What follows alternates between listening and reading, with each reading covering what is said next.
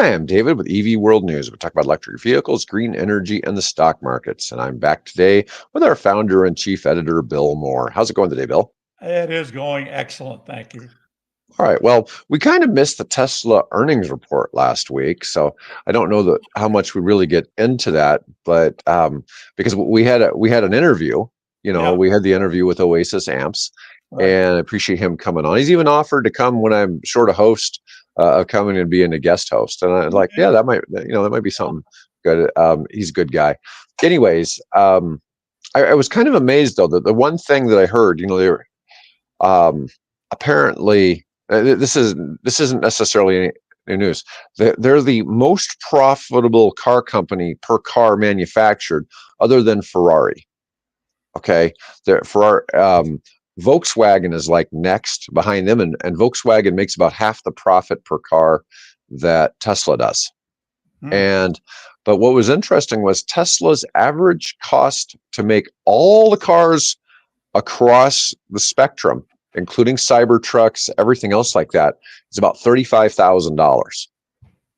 Now, Okay. when you start getting into some of the more expensive vehicles, like the Cybertruck, which was the third best-selling vehicle EV in the United States last quarter, Yeah. um, it starts being interesting. I'm sure the Cybertruck costs much more than $35,000 to produce. Just like the Model X and the Plaid, they probably cost a lot more than $35,000. But those are averaged in there with your Model Ys and your Model 3s. And your Model 3 is probably significantly less than that. But it's interesting that they've streamlined down to this. And I just found that fascinating. At $35,000 cost to manufacture, that leaves them a lot of room to be And able to be competitive in selling. that puts the squeeze on everybody else too. And they're So doing that in the United States. yeah.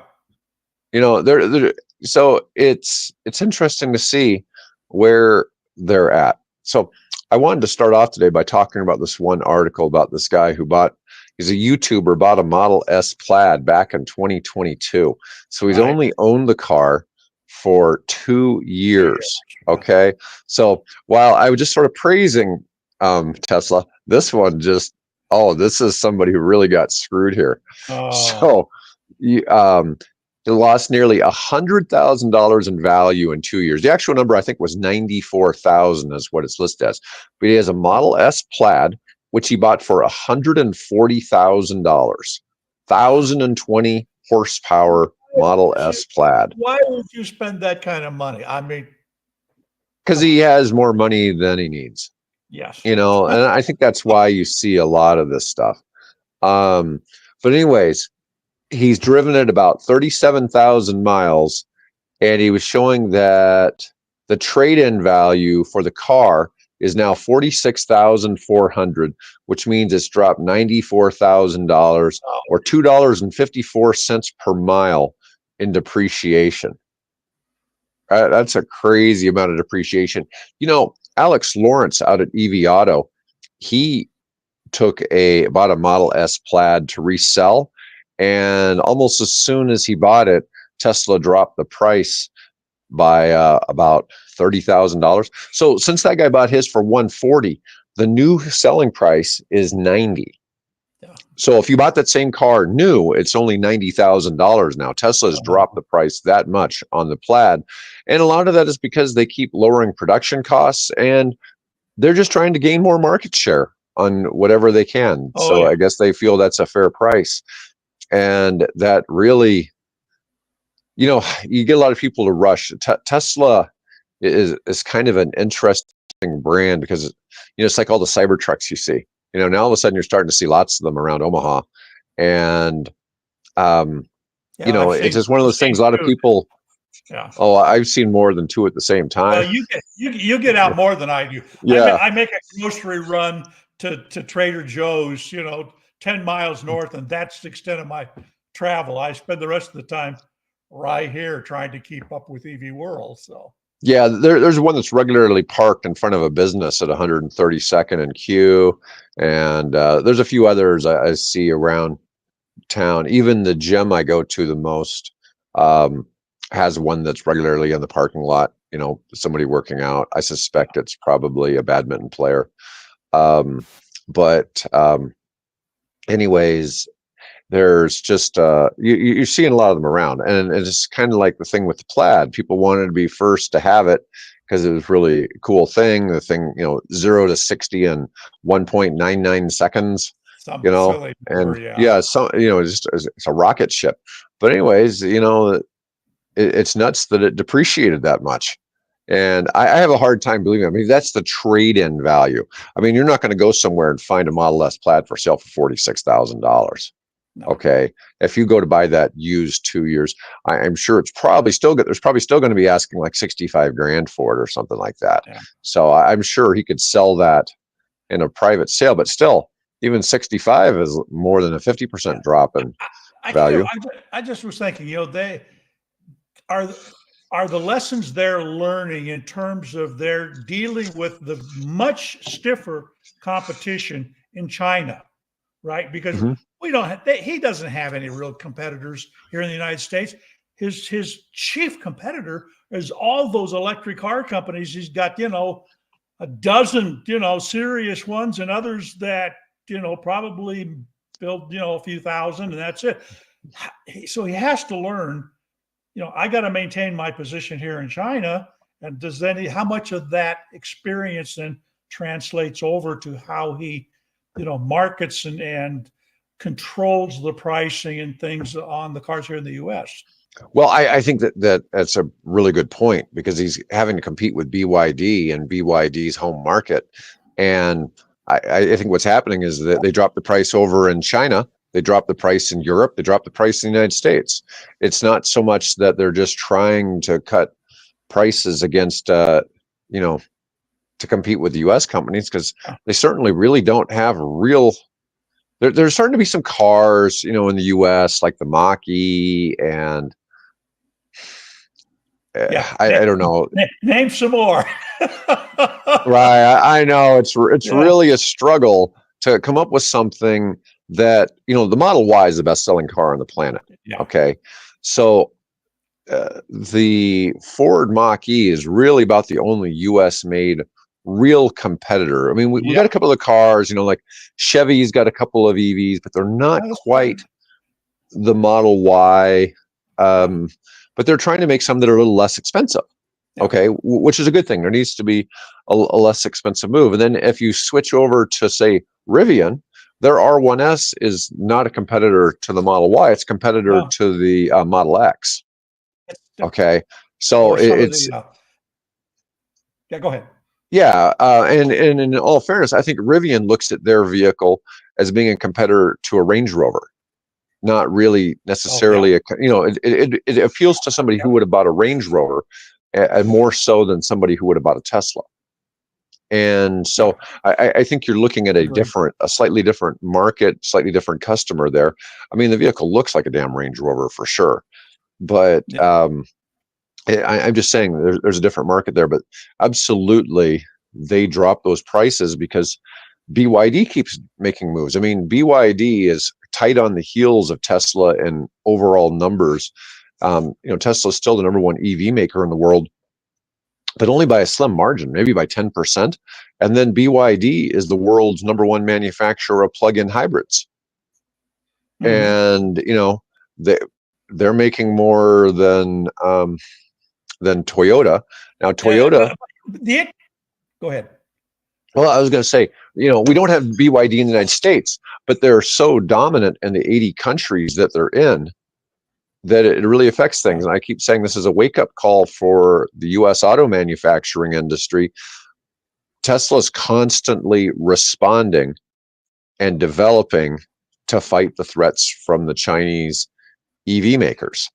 And but they are. I mean, there was an article. Did we just discuss that the last time we talked about the number of models that Tesla has introduced one new model in this time frame of the last 2-3 years, whatever it was, or year. While BYD has introduced 9, and depending on how you count, as many as 16 new models. How are they doing that? That's pretty amazing. I So mean, yeah, they've there's introduced there's some minivans, trucks.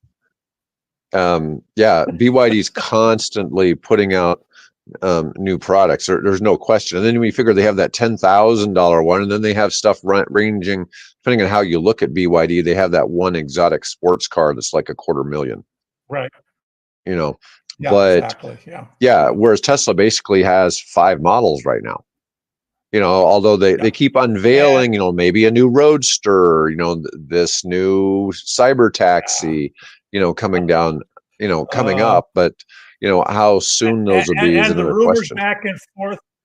Yeah, the rumors back and forth. A Model 2 is coming. A Model 2 is not coming. A Model 2 is, So that his cyber latest is it taxi doesn't looks make like sense to what would be the put Model out. 2, doesn't it?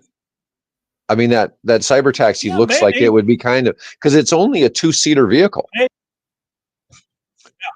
No You know, steering wheel, by the way. who needs a steering wheel? You should just be able to think, and it goes. You know, It's all going to be autonomous anyway. That's the future. right. I get it. I get it. It's interesting to see that. All right, so let's get into buying a used Tesla for $14,000. So this is a Chinese buyer. So this didn't happen in the United States. You're going to show So that picture, right?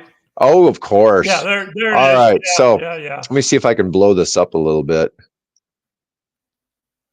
Here we go. So here's a Tesla There we Model go. 3 that won't charge. There's something wrong with the battery pack, and it has writing all over it in Chinese, bad mouthing the company that sold them this car, but they're towing it with an ox around the streets of China. So this is not a regular electric powered EV. This is an ox powered EV.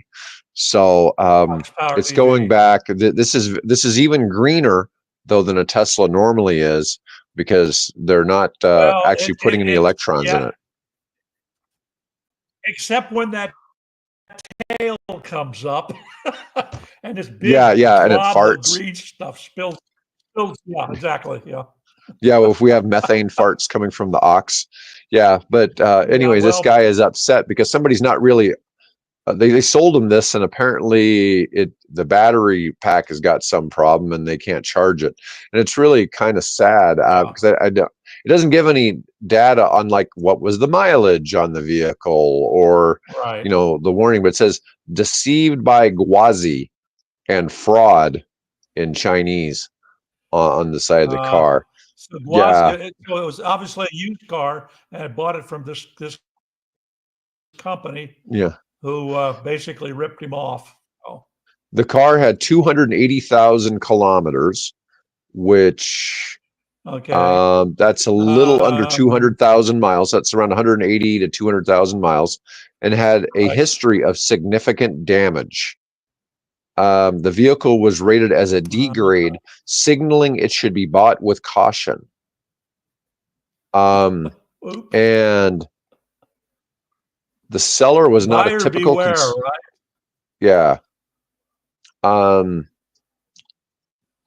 Anyways, so I don't know. It's funny. The one person wrote, "This poor old ox. Has anyone thought about its feelings?" Yeah, but somehow it sold for $14,000 in that condition. That seems kind of nuts that somebody would have paid that much for one with that many issues, or not about the battery, but just in general.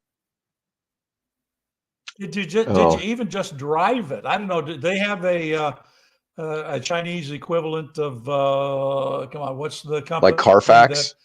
Or I know what Carfax, you're talking that's about. What I'm thinking of. Yeah. I don't know. I'm sure they have something, but it's just weird that that's the kind of the case. Yeah, I don't I know just who thought to that feel was fun sorry to bring for up. here. I definitely feel sorry for the ox. For the ox. I'm not sure I feel sorry for the guy that bought it. So he should have done his homework. Yeah. I'm pretty amazed that the ox can tow that. Says the guy who bought his car sight unseen out of California, never having driven it until the transporter dropped it in my, in the street in front of my house. Yeah, but So you got certain amount of safety. You probably bought it from a dealer. Did you buy it from a dealer? I bought it from a dealer. Yeah, so you got a certain who specializes. Yeah. in EVs. He specializes in 500Es. He buys Oh, them. there you go. These are all lease cars that were leased only in California, and he was getting about 100 to 150 a month coming off of lease, and I got one of those. Nice. Lease cars, 23,000 miles. So. Well, we'll talk about that a little bit in a second. I wanted to show this, and well, we do have a lot of Tesla news today. Let's see. Tesla has produced its 7 millionth electric car. I mean, that's a big number. I mean, it's just hard to fathom that it's that Really many big, yeah. that they've sold. And it produced its millionth vehicle in 2020 after they'd been in business for 16 years. So took 16 years to make 1 million, and it's taken 4 years to make the next 6 million. Yeah. Let's see. October 22nd, they produced the 7 millionth vehicle. And the biggest contributor is the Gigafactory in Shanghai, which has produced 3 million vehicles. So damn near half of all the vehicles made were made in Shanghai. And that's probably half of all the vehicles made since 2020. So that's a big, big number. And they're expanding that facility, I believe. I don't doubt it. I don't doubt it. Obviously no other EV company can say that they've done that, although BYD's not far behind. I mean, BYD's probably made 5 million EVs. So, they're not a long ways behind them. They'll catch up. They'll hit that 7 million mark next year. So anyways. Wouldn't surprise me the least. So we had this one article here. It says, why used Tesla prices are tanking and why used electric cars could get a lot cheaper in 2026. And I find this kind of fascinating because I really do look at EV. I see these people saying, oh, EVs are disposable. It's like, well, they do seem to last longer than regular cars, but you have so many changes in technology with EVs, with the fact that the batteries cut in price every 2 years. It only makes sense that when the most expensive part of the EV keeps cutting in price by half every 2 years, that the EVs are going to become more and more affordable. And the problem is what we were talking about earlier with the guy that bought the Model S Plaid. Well, it was in high demand, super high demand when they first came out, and now they're not in the same high demand. And so they've dropped the price from 140 to 90. That's a huge price drop for anything to be that much. But one of the things is here in the United States, you have this issue that if you can get the price of a used EV down to $25,000, then it becomes eligible for the $4,000 tax credit. So you just have a lot of $25,000 used EV sales going on in the United States. And as the article points out, a whole lot more coming off of leases next year, which is really going to have an impact even more on prices. Yeah, so like our friend at EV Auto says he sells about 100 off-lease Teslas every single month, and that's filtering a lot of used Teslas through his dealership, and it's you see these expressions that used EV prices are tanking and you can't get any money for trade-in. Well, yeah, it's true to a degree. That is a problem, because one of the things is if you buy say a $40,000 EV and you get the $7,500 tax credit, did you really buy a $40,000 EV or did you buy a $32,500 EV? But it's going to show the depreciation coming from that 40,000, not from the price you got after the incentive. So that's a bit of an issue too. but they're definitely dropping. And one of the things, if they're being traded in at dealers don't know what to do with them. A traditional dealer doesn't really seem to know what to do with used EVs. And so there's a challenge for those. And that's why you're starting to get these EV only dealerships popping up. And I think that's a good thing. When are we starting one here in Omaha? Yeah, I'm surprised that there isn't one already. I know people in the used car business here in Omaha, but like one of them deals only in like flood cars and rebuilds and stuff like that. And he has electric cars, and I'm just like, yeah, but since it's got that rebuilt title, I'm pretty sure that destroys the battery warranty. In the last, did you see the story? In the last, I think it's a year, there are now 300. I think the number is 350,000 flooded cars that are coming into the resale marketplace because of all the flooding and hurricanes, weather-related incidents, hurricane, things like that. Yeah, 350,000. Yeah. Well, one of my friends who has converted some gas cars to electric cars, he wanted to go real big into doing conversions. He felt he could convert pretty much any car from gas to electric, but it's still going to cost about $25,000 a car to do, between materials and labor and all that. And then which is okay if you're talking like a Mercedes like a 5 Series Mercedes, or a big BMW, something like that, but doesn't seem applicable to a lot of cars. We're in France, and there is a startup in France that is developing a kit that they're going to sell to convert your car to a hybrid for, I think it was 85, something like 8,500 euros. 8,500 euros. That would be less than $10,000, I think. Right. Yeah. And France is giving a $4,500 tax credit, or 4,500 euro tax credit if you do it in France. Yeah, and give them the tax credit. Yeah, exactly. Yep. Yeah, it was essentially making your car a plug-in hybrid, I think. Yeah, because it was going to give it a little bit of range. Yeah. And that seemed like a pretty worthwhile idea, rather than going the full conversion all the way to electric. Because even even if you're getting 20 miles of range on the battery, that's still going to solve most people's daily driving needs. Let me see.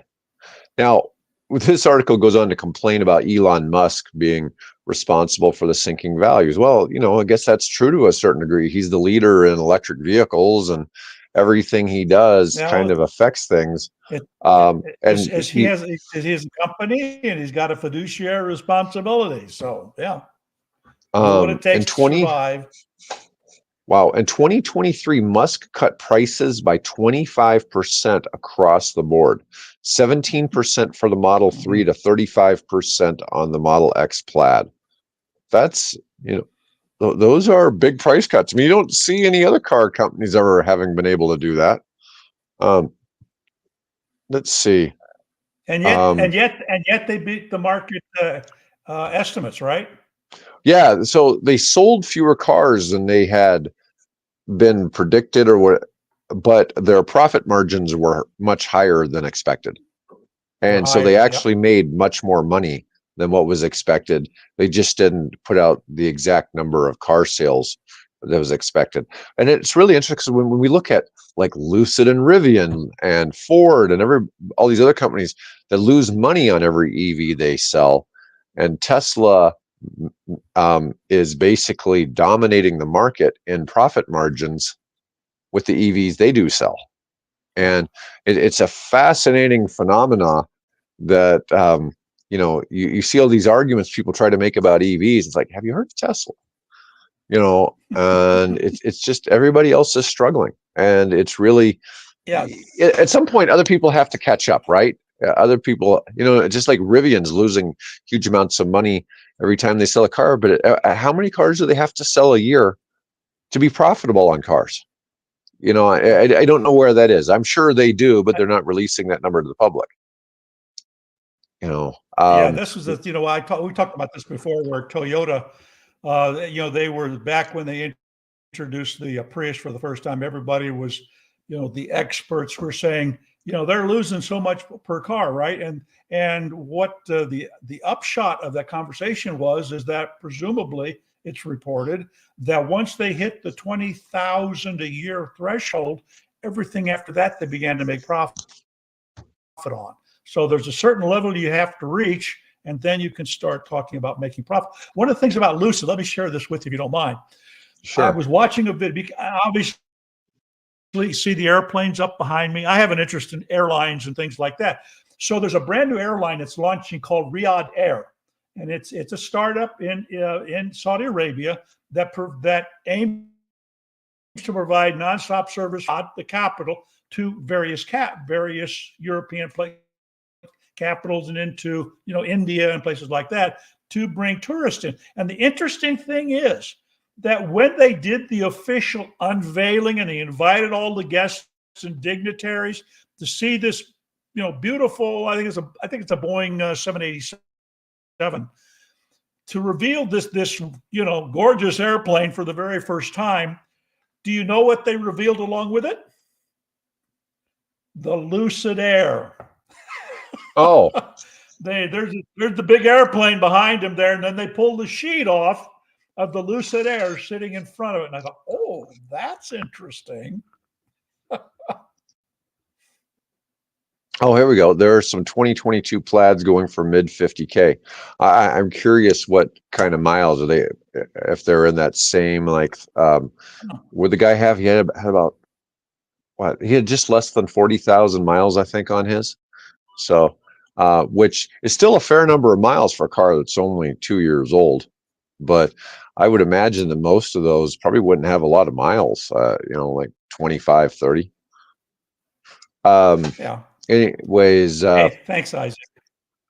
There are just, the article just, I don't know that it really can point any fingers. I mean, I think so much of the price drop on EVs is just trying to hit that magic $25,000 number. I've looked and I've seen where there's like, a lot of used Model Ys sell for about 29,000.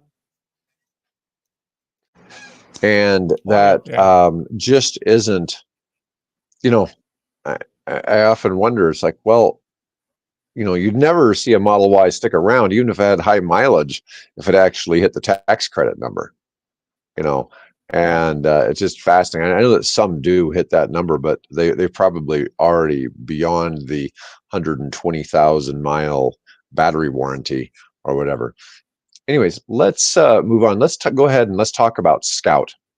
So we were talking about, good. Yeah. So I was confused at first. I remembered the International Harvester Scout, and I didn't realize that Volkswagen had bought the Scout division from International Harvester, but they haven't been selling that. I mean, when was the last time a Scout was made? Oh, that's what the governor, Governor Walz, his hobby car, where he takes out and goes hunting, is making those. I think the article I saw, the last ones were made like 40 more years ago, right? So we're talking probably early 80s, maybe late 90s, Okay, or late 70s. I'm sorry. I know International Harvester used to have a plant in Memphis, Tennessee for a long time, that I think it closed around 1990, maybe late 80s, something like that. But I don't know what they were making. Whether it was tractors or it was these, Yeah, I was. I think the interest, and I'd have to do a little more research on this, but I wouldn't surprise me is that International Harvester was just manufacturing tractors also in the European market, and particularly in the German market, which I think probably gave him an interest. I mean, we actually have right here in Omaha, just a few miles from us, we have Klaus, and that's a German company that manufactures agricultural equipment, like harvesters or something like that. That's just, 6 miles away from here. So we have that going on. So it wouldn't surprise me if International Harvester didn't have a assembly plant to put tractors, sell tractors into the European market. So it would have probably made sense. I said, well, we get that, and because the Scout was the Scout was the forerunner, if you will, of the off-road SUV. I mean, there's the Jeep and things like that, but that was kind of a military rough thing. And the Scout came along as the precursor of what we see today as four-wheel drive SUVs. And here's this is probably the pickup version, I imagine. Yes. Yeah. So anyway, the plan is for Volkswagen is going to dissolve the Scout dealers and sell this only as they're going to do the Tesla and Rivian model and sell direct. Yeah, in fact, I don't think there are any Scout dealers technically. There may be some old legacy contract or something out there. But it hasn't been around for 40 years. Why would you do that? Yeah, I thought that was interesting, unless it was like European dealers and there's been something made there. This part actually confused me about the whole story. This is all brand new. They never made, as far as I know, they never manufactured the Scout anywhere in Europe. I think it was strictly a U.S. product. And then, of course, it went out of business because markets change and economics impact companies and things. So this particular, what they're doing is this a brand new vehicle. It's going to be, instead of the I want to call it monocoque construction, this is going to be a body on frame, the old style body on frame for greater, being much more rugged. Interestingly, what they're going to do is I couldn't find any details on it yet, is they're going to give you a range extended version if you want it. So the all electric version is going to have, they're aiming for 350 miles of range on the battery.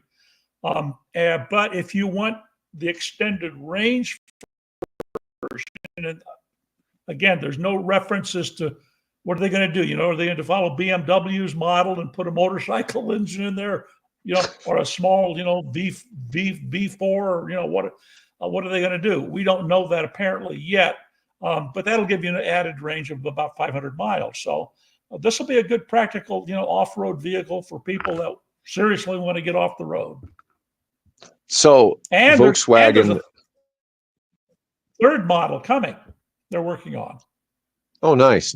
Yeah, so they're starting with just the two models, and Scout thinks dealers are history.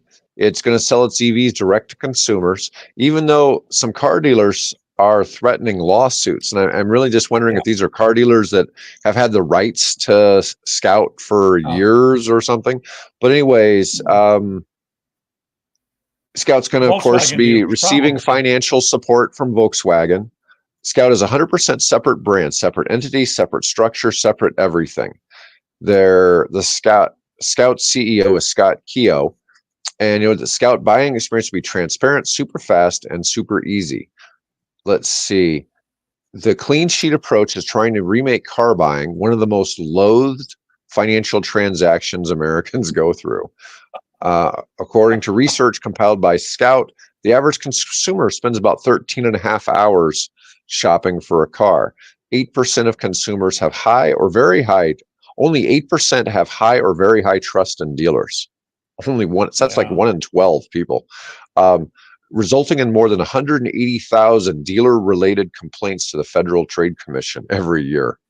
That's a lot of complaints. And nearly 70% of customers prefer independent service shops over dealer servicing because of issues like overcharging and delays. 49% of dealers are not excited at all to sell EVs, and Scout sees its rationale for smoothing out the experience. It's just like, you and I have talked about it. We think that Saturn should come back as as an EV only type setup, going back with the old Saturn rules of doing business. Because Saturn kind of, in their original method, was kind of like how Tesla was a little bit more like how Tesla does things. Even though it has showroom. Yeah, even of course, a couple of things interesting here. Number one, how cross-competitive is Rivian and Scout going to be? Because remember, Volkswagen put is offers to put, they put 1 billion in already, another up to 4 billion more that'll go into Rivian. And yet here is Scout, which is a wholly owned subsidiary of Volkswagen, offering essentially the same kind of vehicles.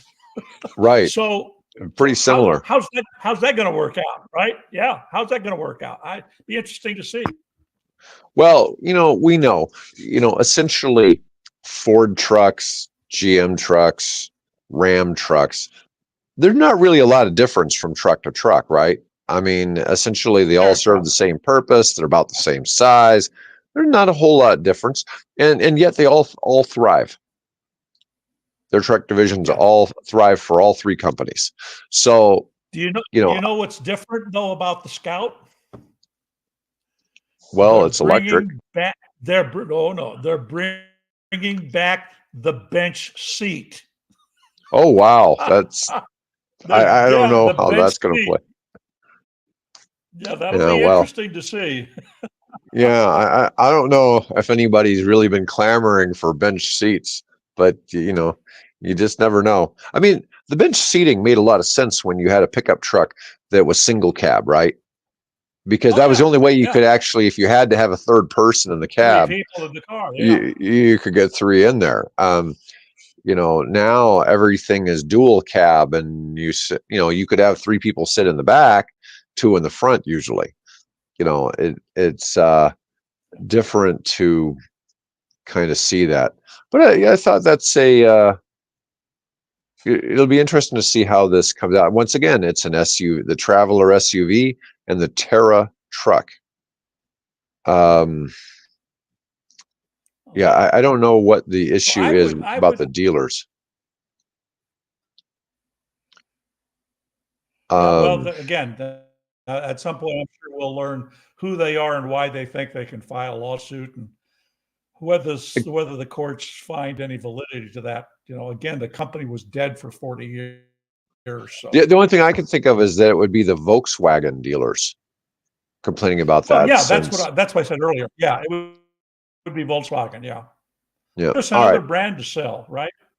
So. All right. So let's talk about one of our least favorite technologies that we always feel obligated to cover, but yeah, and this is kind of funny. Now, to be honest, this is an AI photo, okay? But it's still kind of funny. It's showing all these rusted hydrogen buses, which I don't know. It's kind of funny, but it's how many hydrogen transit trial failures are enough? And hydrogen's expensive to produce, but it's one of those things like, can we get to an economy of scale where it's not expensive to produce? We don't really know, because we haven't gotten there. And there's been all kinds of bus trials globally. Oh, amazing. Let's see if it gives us some data on this. I don't know if it gives. You probably have to go physically. I don't remember seeing any. Probably have to go to physically count them, but there's a good dozen or more all over the world. I remember. I actually rode. They mentioned Iceland. I've actually ridden in that hydrogen bus in Reykjavik. I've been in that one. It's you and I, a long time ago, we talked about NASA's hydrogen bus. So NASA had bought a hydrogen bus that they were hauling astronauts around in on the base, and it ended up coming up for sale. They paid like $1.2 million for that thing back when they bought it, back around 2010 or 2011, and they last year they were offering to sell it for about somebody bought it used. And they were trying to sell it for $75,000, and but it's one of those things. There's like it was in Florida. There's no hydrogen stations in Florida. There's no hydrogen stations outside of California. Yeah. Well, true. There would be hydrogen stations at Cape Canaveral on the base, right? Yeah, Because there was there that's what at the they port. use for fueling things. Yeah. Mhm. No, well, at the spaceport, yeah, because Yeah, that's what so that can be one of the fuels that they use to propel the rockets. I mean, there's all kinds of others, but wow. hydrogen gives them the oxygen they need in space, So the or the Iceland fuel, program not the put oxygen. three buses around from 2001 to 2005. They're putting a research program for a couple Yep. of additional years. The trial cost 4 million euros per bus, and when the EU money ran out, the buses were mothballed. No hydrogen buses operate in the country today. In Perth, Australia, this is 20 years ago. This is 2004. They entered into it. They had BP providing gray hydrogen and Daimler providing the buses. The buses succeeded in doing something. Were abandoned, and no Australian city has hydrogen buses today. 2010, the Winter Olympics in British Columbia had a trial of 20 hydrogen buses. They were maintenance nightmares. The water coming out of the fuel cell froze inside the buses, leaving them disabled beside the road, and green hydrogen for them was shipped 4,500 kilometers from Quebec. They were abandoned in 2014. Yeah. There's an implicit governmental rule to not do this again, one that British Columbia is starting to break, exemplifying the definition of insanity. Oh God. Yeah. Um, let me see. Sao Paulo, Brazil in 2010, 4 hydrogen-powered buses, Mhm. which began Yep. at a cost of approximately $16 million. Wow. Ended up being impractical. Today, the city of Sao Paulo has a public transportation fleet of 14,000 buses. Of those, 201 are trolley buses, which are powered by electricity, and Run by overhead 134 electricity. are battery powered. So I guess they're reaching up to a line like a trolley does, Yeah. Right. and the rest are diesel. Yeah. In 2011, Oslo tried the fuel cell. They got 5 hydrogen buses into service. They operated for a couple of years and were abandoned. Oslo is acquiring hundreds of electric buses with the goal to be fully battery electric by the end of 2023, something they almost achieved. Yeah, there's more. There's stuff from Italy, from Belgium, Hamburg, Germany tried it for a All few over. years, Yeah. Yeah. and nobody really got a large number of hydrogen. I mean, the one case 20 looks like about the biggest Yeah. trial. Oh, 2022, Montpellier, France had been working on procuring 50 hydrogen buses, but they canceled it because they found that operating would cost 6 times more than operating battery electric buses. Yeah, so it's just I don't know. We've got 2 articles on hydrogen today, and it just always seems like a dead horse. Um, I Well, now speaking of the uneconomics of the hydrogen buses, now let's talk about the horrible economics of the hydrogen, green hydrogen, or whatever you want to call it, gray hydrogen stations. Their economics, which really suck too. So anyway, sorry. So this about the real world hydrogen refueling stations with electrolysis ended up being far less efficient than assumed. Mm-hmm. Now, um, And let's costly. see. Yeah, a hydrogen research and fueling station at Cal State Los Angeles has been in operation since 2014. First station in the U.S. certified to sell hydrogen commercially on a per kilogram basis. Positioned near major highways, it serves both campus vehicles and public fuel cell vehicles with a capacity for about 15 to 20 cars daily. Produces hydrogen on site using an electrolyzer, stores it at high pressure, and dispenses it at 350 and 700 bar, catering to various hydrogen-powered vehicle needs. Because it's not only a working Now, station, but a research facility, they really get much more data about its yeah, operations than for most of the few hundred stations around the world. yeah. We're going to Just say, for reference, 700 bar is the equivalent of 10,000 psi. Think about that. wow, 10,000 psi. Yeah. that's a crazy amount of pressure. Uh-huh. So I guess you have to have really specialized holding tanks for that. Yeah, they're very special tanks that are aluminum and then woven with carbon fiber around them. So yeah, Okay, it's a science. I'm sure it is. Oh, Um, we should probably, this would be a natural segue to what a certain political figure said recently about hydrogen cars blowing up. Do you oh, remember that? well, I remember us talking Obviously, about because we're using. talking extremely high pressure. Yeah, I hadn't heard anything new about So what? hydrogen cars blowing up. So no. In his latest speech, one of his latest speeches, he who shall Hmm. not be named, in one of his latest speeches, said, "Oh, it's hydrogen." He says electric cars are going to be fine. Remember, he was originally against electric cars, and then of course Musk came on board and gave him 75 million, whatever it was. Now electric cars are fine. He's telling people. He says, but those hydrogen cars, they're going to blow you up. Which I went in and asked my favorite chat bot to report on this. If you want to see the answer, you should go to the EV World website and click the AI Insights link, because it'll tell you what we know. And in fact, I actually found the photographs of the comparison that was done 20 years ago of a Hmm.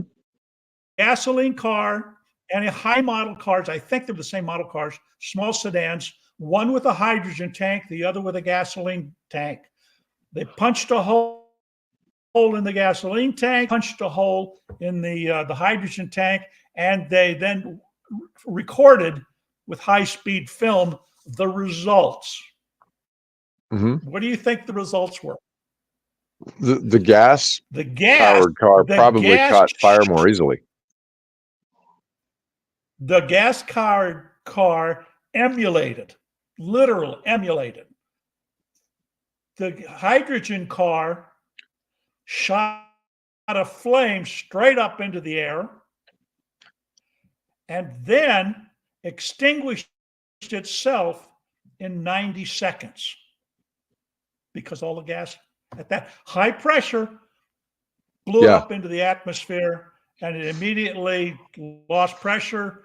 And in 90 seconds, it was extended, and no damage was done to the car. Whereas minutes and minutes and minutes later, the gasoline car was still burning, tires caught fire, and it went on until it was just, smoldering piece of charcoal. So, yeah, Well, I'm glad somebody did we've an known this. experiment We've on known this that, for because 20 years. that's good information. That's good Yeah. information to know that potentially hydrogen cars may actually be safer than gas powered cars. But I mean, it's one of those things Probably. again that's like, well, how often do you see a gas car on fire?